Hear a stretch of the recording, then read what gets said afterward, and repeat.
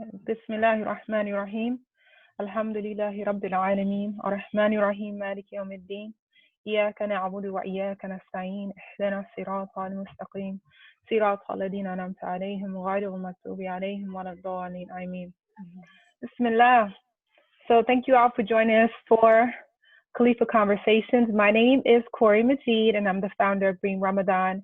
And co-hosting with me in this discussion is Sevim, the executive director of Green Muslims.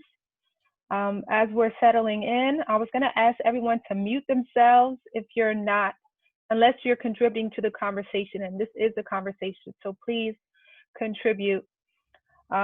Everyone knows how to mute right now. I'm seeing that. So I think we're pretty much good to go. So as we go through this conversation, please feel free to enter comments in the comment box or raise your hand so you can ask a question verbally. That's fine too. Let's see, anything else? Here's Hala. Okay. The purpose of Khalifa Conversations is to have discussions about practical ways to live the environmental spirit of Islam and within our community. So inshallah, you will all be able to join the conversation on Wednesdays during Ramadan. Next week will be our last one, I believe. And let's get started. Sevim, Bismillah.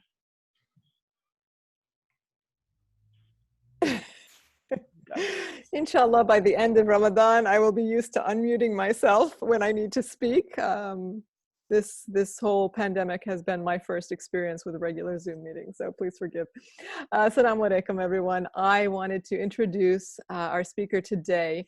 Dardir is actually a member of the Green Muslims Board of Directors, as well as an educational advisor at the Wildlife Conservation Society. He has multiple master's degrees in education and the sciences and is currently pursuing a degree in Islamic Studies as well through Mishkah. So he has been writing about Islam and the environment for years now. You'll have to let us know, Dardir, how many years you've been dealing with this topic. But you can always check him out on Instagram at Green Muslims with Dardir. And you can also see his work, his writings on muslimmatters.org. So he has been dealing with this topic, dealing with the topic of environment and Islam for quite some time. He's got quite a bit of expertise, and I do believe he's going to be focusing a bit more on the issue of plastics and especially their use during Ramadan this time around, but we've got time, so I'm looking forward to hearing him share some of his knowledge. And of course, afterwards, please, everyone, feel free to ask questions. We've got a smallish group today, so we can just chime in when the time allows. Thank you so much. Bismillah, your turn, Dardir. Assalamu alaikum, everybody. As I was introduced, my name is Dardir. I wanted to talk today about the impacts that we see with plastics. And Ramadan is coming to an end right now. This Ramadan has been very different.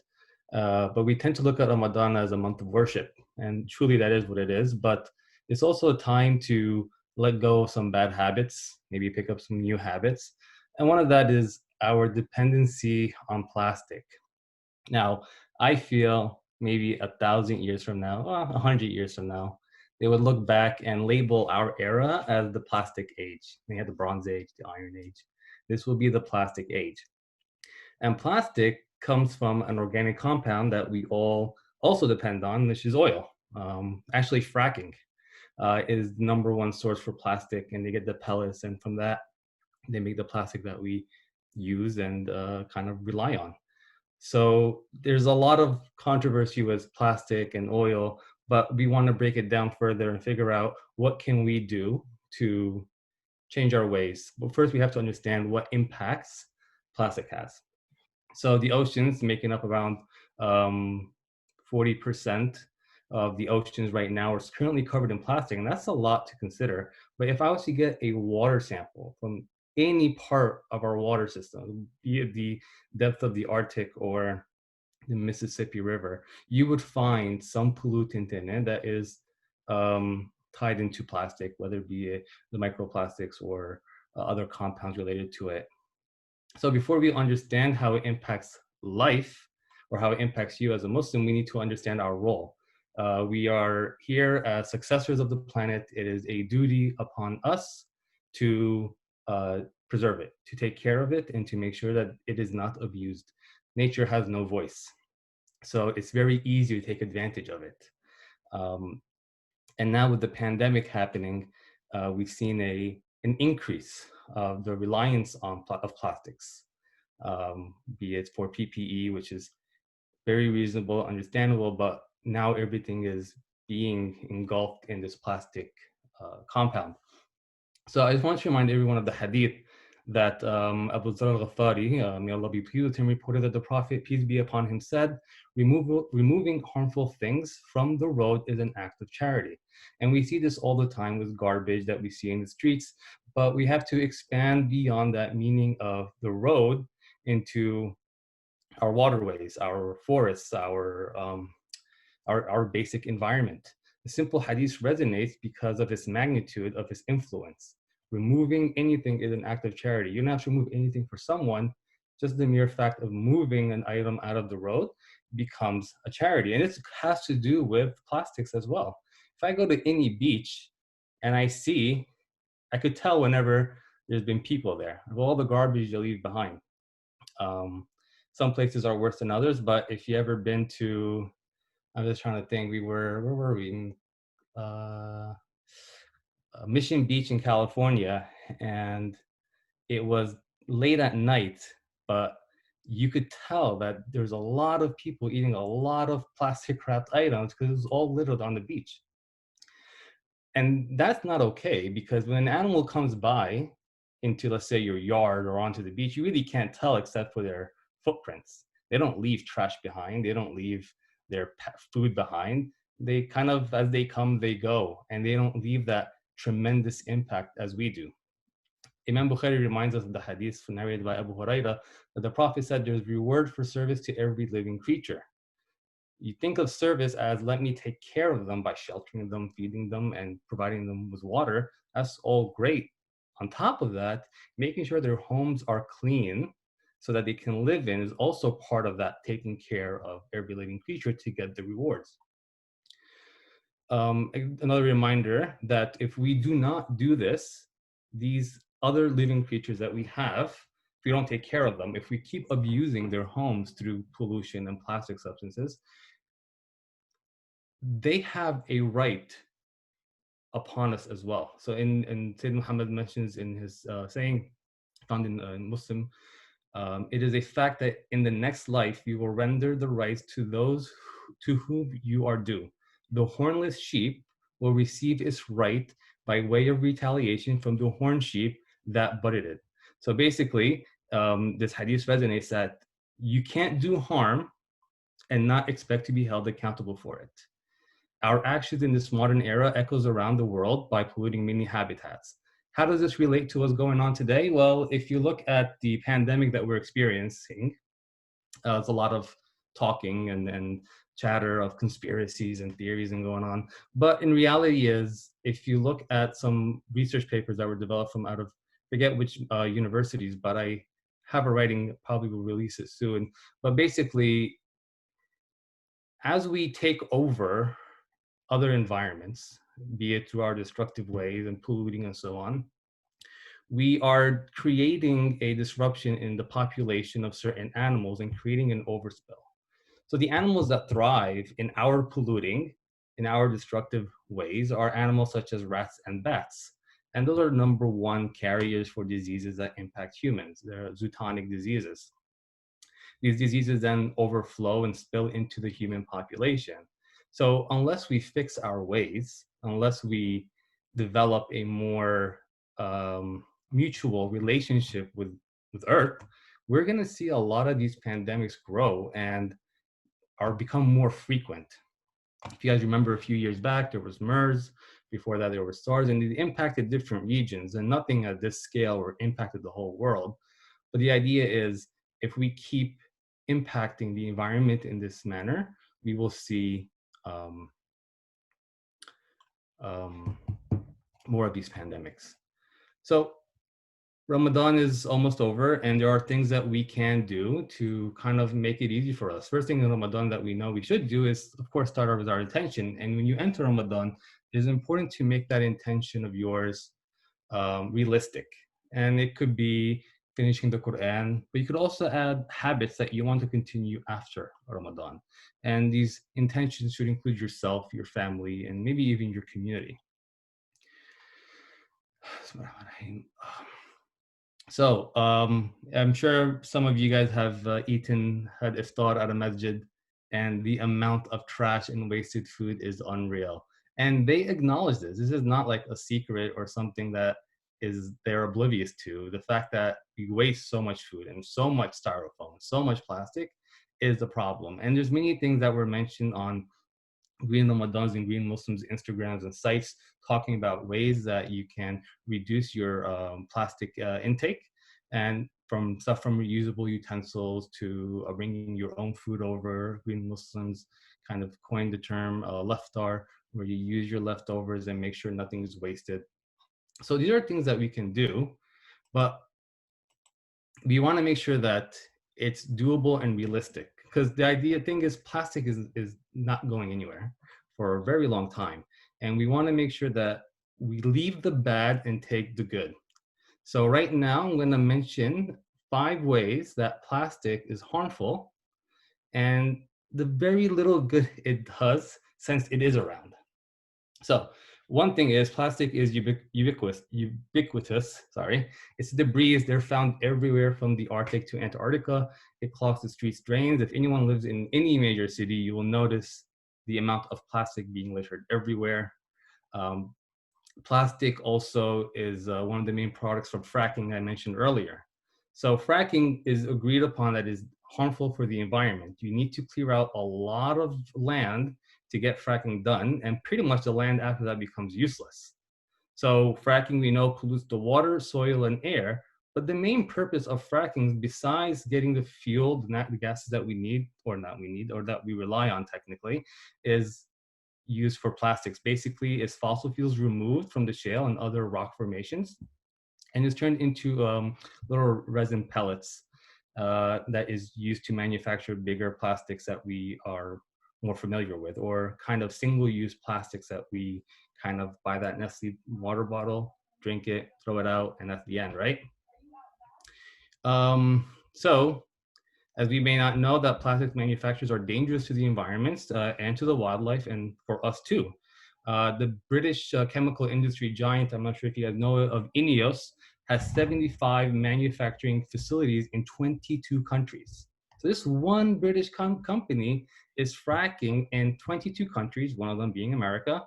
In addition to the amounts of plastic garbage it's producing, is setting off fires, explosions, and chemical leaks. So if you look at plastics as something that's isolated, we miss the big picture, which is it's all interrelated. Nothing in our environment that we do is an isolated event. If I'm buying Nestle bottled water, my impact gravitates to other countries, other people, to the environment, to water, to plastics, and so on. Where I live right now, actually, there is a Nestle water plant not far from me. It's about an hour's drive, and it's a water well facility, and they package the Nestle bottled water there as well, and they get water for pennies, less than what you would get out of your sink, and they take that water, they bottle up in plastic, and they sell it to you for, I think, like 1,000 times the profit. So that's something we need to consider, of the relationship between plastics and other factors. So if I stop using Nestle because of their plastics, maybe Nestle might readjust how they address the water issues that we are facing. Secondly, another factor is plastics kills more than just people. I'm sure you guys seen the videos that has gone viral where they opened up a bird that was dead and they found all these little bits of plastic in it. Animals don't have the same cognitive level of thinking that we do. If they see something that's floating in the water that's plastic, they might think it's food. A turtle sees a plastic bag, it will think it's a jellyfish and it will eat it. all this because we did not take the extra step of properly recycling or getting rid of that plastic item, whatever it is. And we've seen many videos of animals and pictures of animals getting caught or entangled in this mess. And some documentaries are out there, and maybe down the road, it can be shared to the Instagram profiles. Excuse me. So again, 700 species are threatened with plastics in our oceans, and the rate is increasing, and that impacts the extinction. If I'm probably older than a lot of people here, but if I remember prices of seafood way back when, has grown exponentially because the lack of sea life is becoming more evident. And because of that, we're seeing this growing need for seafood, and that impacts the cost. And then certain people could then relate to the injustice and inequality of finances. Those that have can get, and those that don't can't. So again, it becomes an issue of what we're doing. And after all is said and done, what we're gonna have is an imbalance in our waters. And life comes from water. It's mentioned in the Quran that life comes from water. And if we don't take care of our oceans, yes, it's salt water, but a lot of what we rely on, from the weather to the rains to just the flow of life, comes from the ocean. If there's an imbalance in zooplankton, for example, you break up the food web. And if you learn basic biology, the food web breaks down, it impacts the environment as a whole, and you have this crazy imbalance. Other animals that are being impacted, obviously, are seabirds, who just swallow these plastics whole. It doesn't digest. Plastic doesn't digest. Scientists are working relentlessly to figure out a way to make use of whatever plastic we have, either as fuel or figure out a way to recycle it. And because not all plastic is recyclable, and the ones that are recyclable usually aren't recycled by people, so we just assume they break down. You throw it in your trash and you think, oh, it's biodegradable or it's compostable. When plastics are broken down, it simply means they break down from one large piece to many small pieces. They don't decompose in the sense of you putting apple and leaving it underground, it'll decompose, or bodies of animals decompose. It's not the circle of life with plastic. What happens is they just break into smaller pieces and they just float about and get spread about. Minority of plastics are compostable or biodegradable, which means they can be reduced to their chemical components at your home. But those are not common and are not being used widely by the manufacturing industries. So that's something you may want to start looking into, finding biodegradable plastic instead of just the cheap plastic that everyone's using. Might cost more, but there's a cost for everything that you want to do that's right. For example, plastic water bottles purchased, the airports are not biodegradable, so it's best to bring your own. They let you bring your own. So if you do travel, that's the one thing that you can do to help. And I think most airports I've been to, they have a place where you can fill up your water. They're releasing more of the dispensable ones, the ones that count how many water bottles they've saved. It's a good idea. It's just something to participate in. And if you participate in it, companies and airports and so on will see it being used and will invest more into it. Unfortunately, the thing about plastics, I watched this old documentary, it's a German documentary. It was when plastics first came out, like I think the 20s or so on. But plastic lasts forever. It doesn't go away. It doesn't disappear. It doesn't decompose. If doesn't matter the environment, be it the Sahara Desert or the blistering Arctic, plastic can outlast humanity itself. So again, that's what the selling point of plastic was. But do you want something to last forever? If you keep producing something that doesn't go away, what's going to happen to what we have left? Now, there is a few benefits, maybe one or two. So let's not think it's just it's all demise. Realistically, plastics are not inherently evil. They're made of fuel and fossil fuels, so organic compounds. They do, reality is, they make life easier and sometimes better for us. But we have to have this balance of being resourceful, being smart in how we use it. So I personally believe since plastic is around us, there's no point of not using what we have. So the immortality of plastics can be used for our advantage right now, what we have, not creating more, but using what we have in a truly recycling manner, where we take this plastic and build something else out of it. I've seen parks built from plastic. I've seen playgrounds, I mean, not parks, but playgrounds built from plastic. Homes can be built from plastic. There's a lot of things we can do to think outside of the box. Instead of just recycling and turning bottles to bottles, you could turn plastic to clothes. You can turn plastic to shelter. There's other things that it can be used for people that are truly in need. If plastic is being thrown away and it can be turned into shelter, I'm sure we can find people that can use that shelter. It also is being experimented right now to be used to help reduce climate change. I know it's an oxymoron. They use fracking, which impacts the environment, and then they use the plastic to infuse the greenhouse gases into the polymers of the plastics. And with that, they reduce the CO2. Catch-22, obviously, less fracking to begin with, less oil plastic productions will go a long way. So that's pretty much, I know it's a little bit loaded in the, hopefully it wasn't too dry and too academic. That's one of the my faults, but hopefully we can walk away with some basic habits and things that we can do when it comes to plastic usage. Just right now, if you want to do one thing in Ramadan to help you with your plastic habit, is just avoid single-use plastics. I know it's hard, but we purchased little bags for our vegetables when we go to the supermarket instead of using those thin plastic bags that cannot be recycled and just gets thrown out and gets mixed in with the landfill trash. There's small things you can do: reusable bottled waters, reusable utensils, making sure that if you do buy plastic, you find a biodegradable one. Small changes. But the idea is start with something simple that you can do now, and one would be single-use plastics, since those are the hardest to recycle and the hardest really to clean up after. So I guess I'll end with that. And if anyone has any questions or comments, I'll pass it along to Corey right now. Well, thank you, Dardir. I'll actually say the same thing you just did. If anyone has any questions or comments, we're a small crowd today, or smallish crowd, so I think people should be able to just ask directly. But if you'd prefer to message, you may post it to everyone on chat or send it to me specifically, and I'll be sure to ask. But there's also room for discussion as well.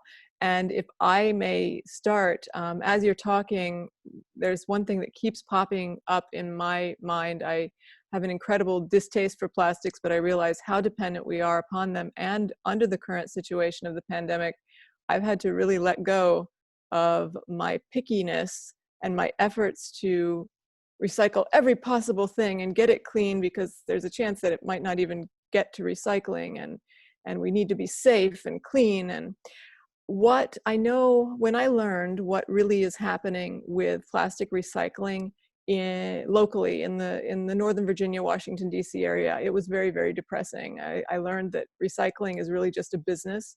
It will only happen if people are making profits off of it. It's not being done to protect the environment. Do you know anything more? Oh, and that many plastics, most of the plastics we use aren't recyclable these days, in part because China wasn't taking it from us, but then also because we just don't have the means to recycle them. Do you know anything more about the whole story of what plastics can be recycled and how and why some places recycle some and not others? I used to see the bins saying you could recycle plastics 1 through 7, and now all they take are bottles. Do you know anything more about that? It's very confusing to me personally.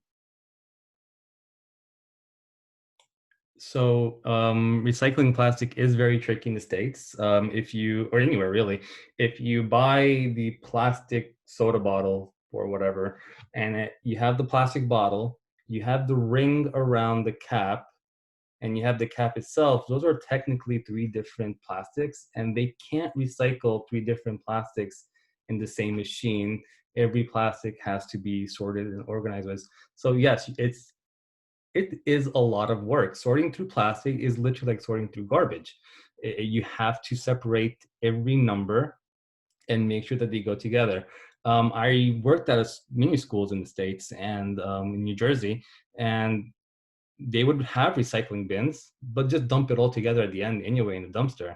So it's more of a show, right? So the best way to help with our recycling issue is to reduce plastics. Unfortunately, us being in a privileged society, our plastics are dumped on other countries such as India, Indonesia. The poorer the country, the more of our trash they get, and that's the reality. And then you have kids filtering through it, and to get rid of it, they burn it. They burn plastic, and those are toxic fumes that impacts everyone in that area. So your plastic garbage is reality harming way more people. Unless you're doing the recycling yourself, do not rely on others to do it for you. And you're right, there has to be a financial incentive for the company and for the person that's willing to recycle. Like, for example, many people here might be motivated to recycle, but the majority of America isn't. And they need that incentive. Where I live right now in BC, Canada, they doubled the recycling deposit from 5 cents to 10 cents. So, and for the small cans, and I think it went from 25 cents to 50 cents for the 2-liter bottles. It's an incentive. It doesn't help all the recycling because you'll have issues like styrofoam and the single-use plastics, which are a disaster, like the little forks and the little plastic bag they come in. All that is unnecessary. Can't be recycled. It just goes into the landfill and just sits there. Eventually they ship it. And I know Canada had this issue where they shipped containers of garbage to a few countries out in Eastern Asia, and it got rejected. It was just garbage. You just ship out garbage to countries, and hopefully they'll take it for whatever money we can throw at them. The poor people there have to deal with it. They have to clean it, sort it, and if they can't get rid of it, they burn it, and that impacts their livelihood. So yes, this plastic is a crisis, and unfortunately, you mentioned the pandemic and its role is really bolstering the plastic production. People are completely ignoring it now because of the crisis we're in, but it's just a band-aid. It's another pandemic is going to happen because we keep abusing the land. The pandemics are related to what we do to our resources.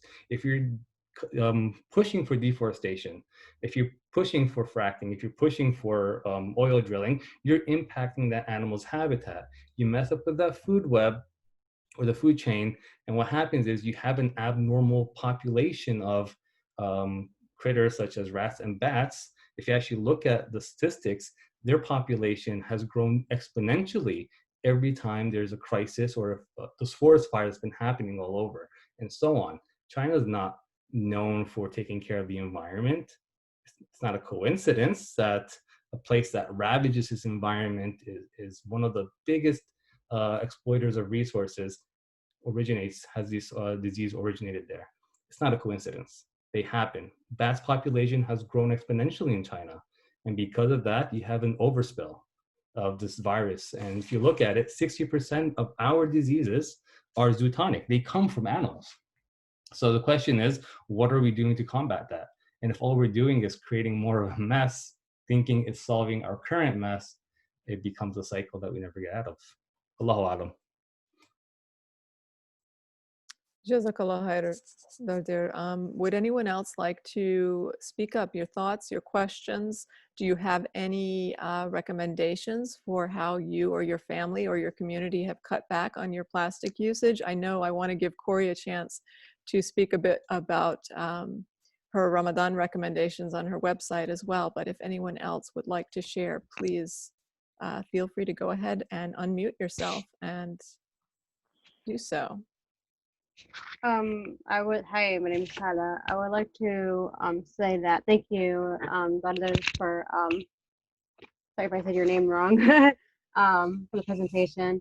So I wanted to say though that we have to combat like these big companies are making these plastics in the first place, because why is it put on us to try to sort through all this plastics if they're creating the plastics in the first place. They're creating the problem. And so like convince your your politicians, your local officials, like say like, hey, can we try to ban plastic at the grocery store, or at least some kind of tax for plastic bags or any of that kind of sort. But like again, it's that's the top root of the problem. Good point, Hannah. Sometimes, I mean, I do like to emphasize the personal efforts that we can make, but sometimes it's a much bigger issue.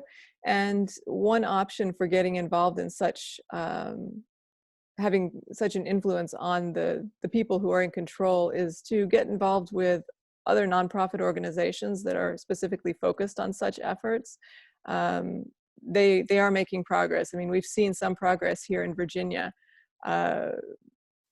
Although it's slow, it's happening, but it's groups like 350 and Sierra Club and other smaller organizations that are getting a voice in Richmond. So locally, working locally, but with larger organizations is often productive, if I can just throw that in. And now I will be quiet. If Corey, do you want to talk a little bit about your recommendation? So I actually want to talk a little bit about this movie that I just saw, The Story of Plastic. So I just saw it a few days ago. And what really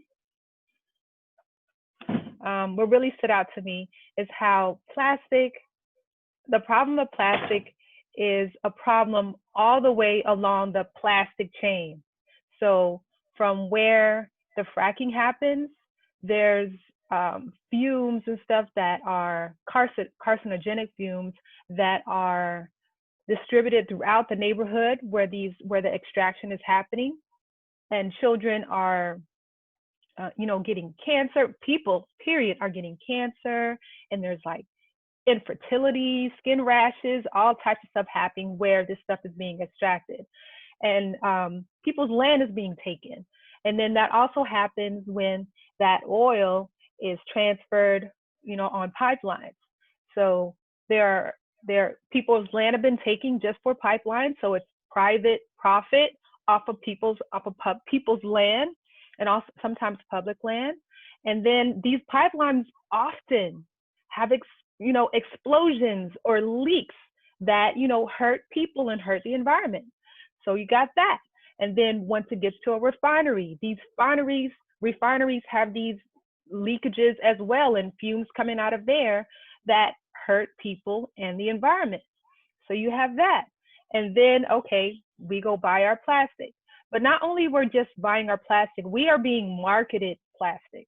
So in countries where people would normally go to a market, you ever been to an open air market in another country where things are just displayed on, I don't know, they're displayed on mats, or they're displayed on, I don't know, it's not plastic packaging. But then these companies go into these countries and they say, no, that's not sanitary.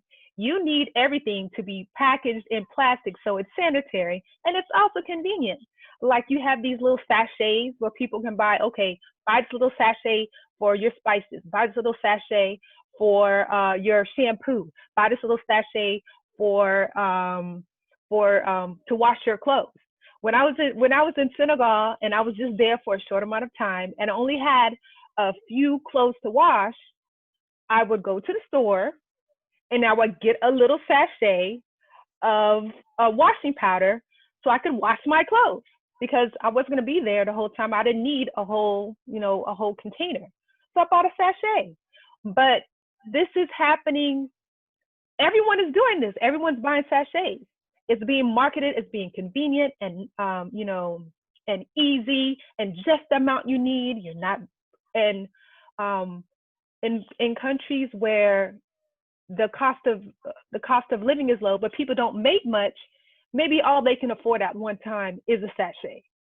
So they're buying these sachets and then they use it. The packaging is not recycled, and is thrown away. And this is gone, you know, over and over and over and over again. So you got that. It's being marketed to us. And then after that, the companies are putting it on us, on the consumers, to take care of their mess, to take care of everything that they have marketed and pushed on us. And I don't think that's where the onus should be. So one thing I've done, because I want everyone to see this movie, as many people as possible to see this movie, The Story of Plastic, is that I've set up a free virtual community screening.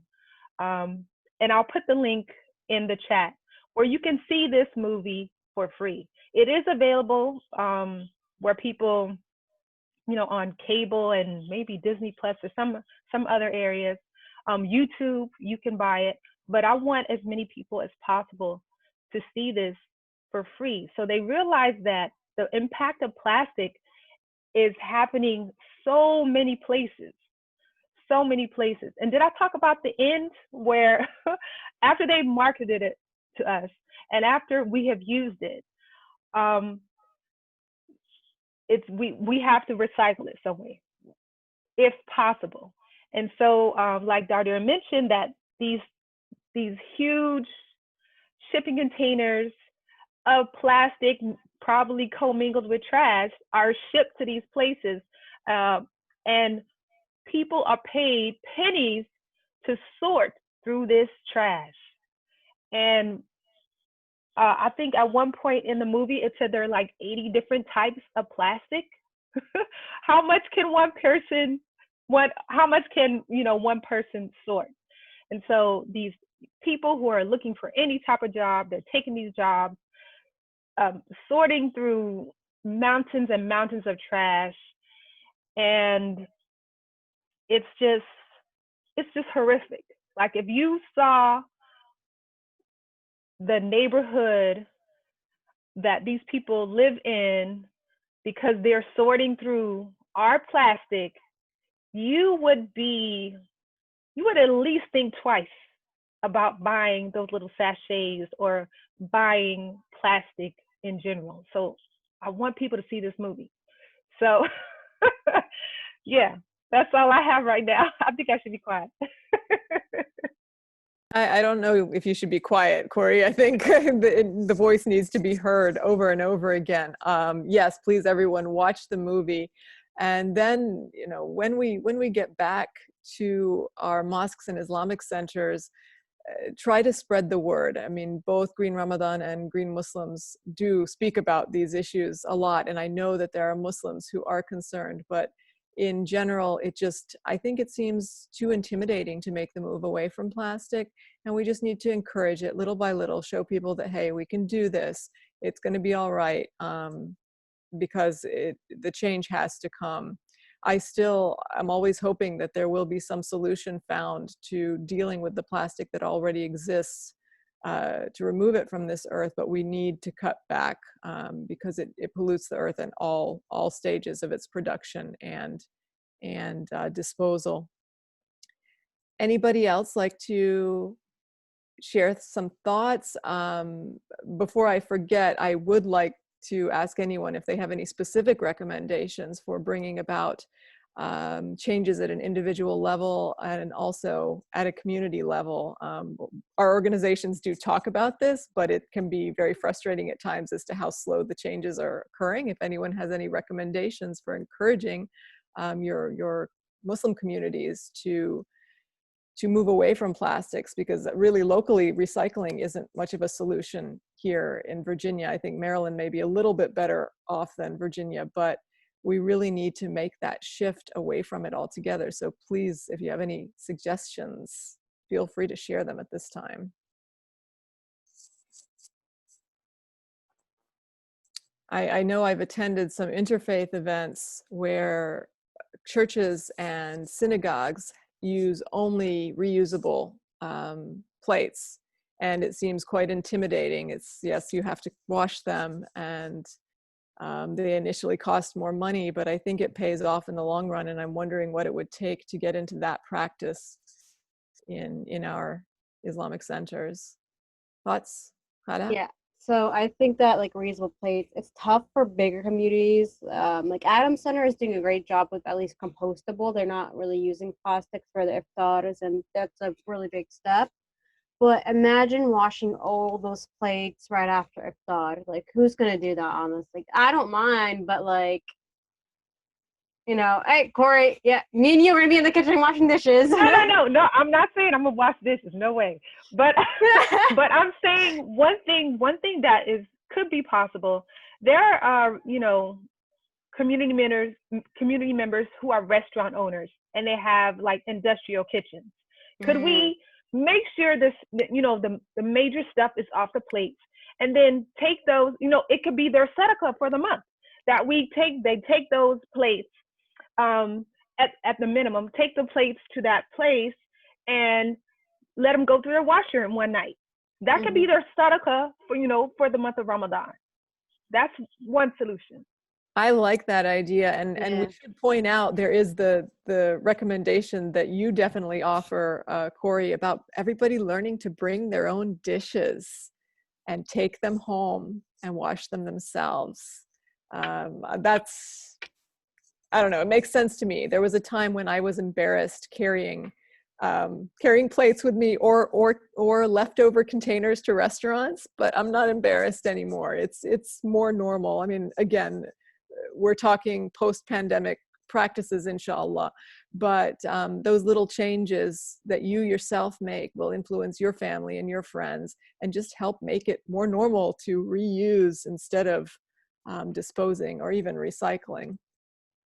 There's this one woman who shared with me, I think she's based out of Illinois, or it could be Indiana. I don't know. But anyway, this is what she did. She has like a green team in her masjid. She's, the head of the green team in her masjid. And what she did is, just for the last 10 nights of Ramadan, she collected just about every water bottle that the community used. And her husband, who was a little handy with the, hammer and nails, they built just like an aquarium-like display, just out of wood with like some mesh on the sides. And they put all those water bottles that the community used in the last 10 days in that. And as part of like, I think on the last day of Ramadan, or maybe like part of the Eid celebration, they would let the community see, this is our impact just in terms of water bottle from just the last 10 days of Ramadan. This is what we do as a community. And it made the community, like the boards or the leadership in the community, it made a statement. And it also made a statement to the community that led them to make some changes in their community. And I thought that was like, wow, if I had the stamina to do that, that would definitely make an impact, definitely open people's eyes. Because sometimes people think, oh, I recycle, and like that's enough. But it's not. It's just, that's the minimum. That should be the minimum in our communities. Assalamu alaikum. This is Zala from Los Angeles.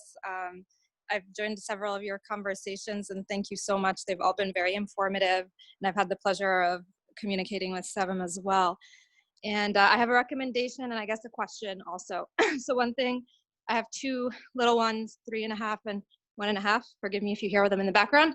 And one thing I've really tried to focus on is waste reduction in their toys and play. And we've had like a mom's group here that's really focused on nature-based play, making sure that the toys we use, the crafts we make are friendly to the environment. So that's one thing to think about. We're not perfect, but we're kind of a work in progress. And one thing that I had been working on with my family definitely before coronavirus was reducing that single use, especially packaging. And that's where my question lies, because I find that one of my biggest personal challenges is the plastic packaging. I mean, you could even order the nice wooden toy, but it's going to come like wrapped in 3 layers of plastic. And I've actually found stores here that do plastic film recycling. Again, don't really know the details. Maybe I'm afraid to know the details of what actually happens with that. But I'm wondering if anybody has suggestions on that front, and especially now, post-coronavirus, because I know I used to take my own Prudo specs. I was shocked 1 week to take it. It was allowed the week before, and then the next week they told me, oh, we can't touch that. You can't use that, just because of fear of cross-contamination and that kind of a thing. So any suggestions on packaging, whether it's food packaging, toy packaging, product packaging, other than, of course, trying to think twice if you need that thing or if there's an alternative. But the package and bulk, same thing. We used to buy in bulk, but now all the bulk sections are closed. I'd love to hear thoughts about that. Assalamu alaikum. This is Walaikum assalam. Joy. So I can kind of sort of answer your question, Ola, and I was also trying to comment on what Corey said. So alhamdulillah, it's all connected. Go ahead. So I was saying like one of the ways that we can make an impact at home is to kind of do a version of that movie where you're monitoring your own trash for a week. You keep your trash for a week and you just see what you actually consume. It's kind of like what the masjid did, but you're doing it at home. It's always easier to start at home and adjust your habits before you go out into the community and ask everyone else to do something too, to see what you actually consume. And then you can say, okay, wow, we consume a lot of this. And how can we modify this in a way? So a good tip is like to think of what your grandma might have done with that. So even like one of the things I do when I go to the grocery store is I would just, like I go to the farmer's market and instead of grabbing it was so funny because they wouldn't let me, I didn't bring my bags either, my reusable bags. And so you can't even open the plastic because you have to like lick it and you got a mask on it. So it's so ridiculous. So I said, you know what? I don't care about this. I just grabbed it. And this is how I'll just grab, I'm grabbing 8 oranges. I'm putting 8 oranges on the belt. And she's like, what? I have my reusable bag. So that just goes right into my reusable bag. And so you may look a little silly holding an armful of fruit or vegetables, but you avoid the plastic bags. And there's no rule that says you can't hold it in your hand and just drop it into your cart. You're gonna wash it before you eat it anyway. You're gonna say Bismillah before you eat it anyway. So it might even be better so anyway, that's normally what I do when I don't have, it's even my like rule I've imposed upon myself. If I go shopping and I forgot my reusable bag, I have to carry it. Or I'll bring like an extra big scarf and I'll wrap it in my scarf. And that's how I would carry my parcels. For companies that ship things in plastic, if you have a group, that group has voice. So that group can say, hey, we're nature-based. We love what you do with wood. But you know what? You ship this in plastic. A smaller company, they're more receptive to your voice. And you saying, hey, it's a group of us. It's 10, 15, 20 moms. We all want to buy it, but we don't like it being shipped in plastic. How else can you reship it? I just ordered some herbs. And because people kept contacting the company, they started to ship their herbs instead of like the plastic bubbles, they wrapped it in like this recyclable paper. So enough voices to the company directly. It's always good to buy local or with a small business because they'll listen to you. So that's another way to avoid it.